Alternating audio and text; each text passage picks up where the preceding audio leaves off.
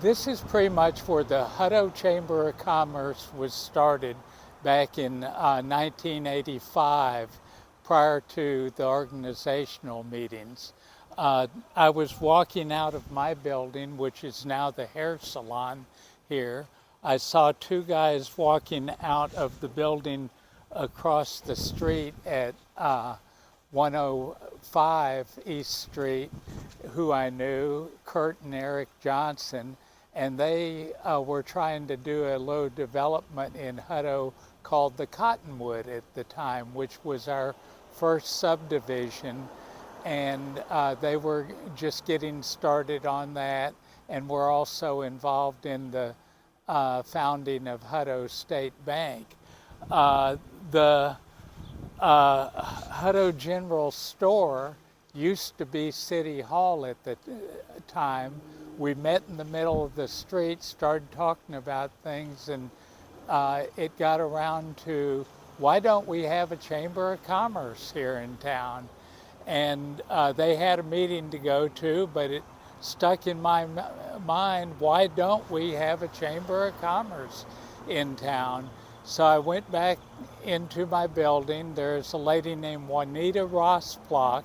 She did a little newsletter out of there. It's online right now through the portal of Texas History. And she agreed to chair the first meeting of the chamber.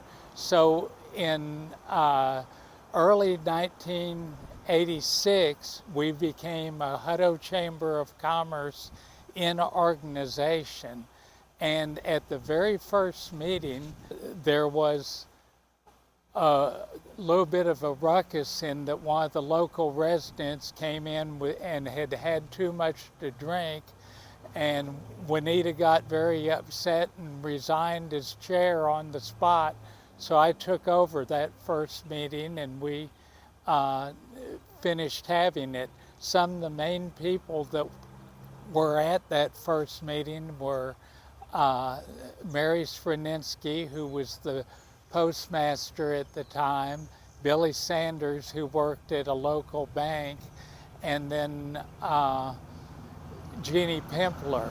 And these three ladies at the next meeting pretty much helped take over the initial Hutto Chamber in organization. We were very fortunate to have a man named Dan Cervenka at the time, who was an attorney, and he agreed to do all the Secretary of State filings for the Chamber of Commerce pro bono. So we were really happy to be able to get started. The first actual president of the Chamber of Commerce was Vic Stern in the first year, and that would have been the first year of our operation in 1986. And then Jeannie and Mary and Billy all helped put together the first old time days in 1987.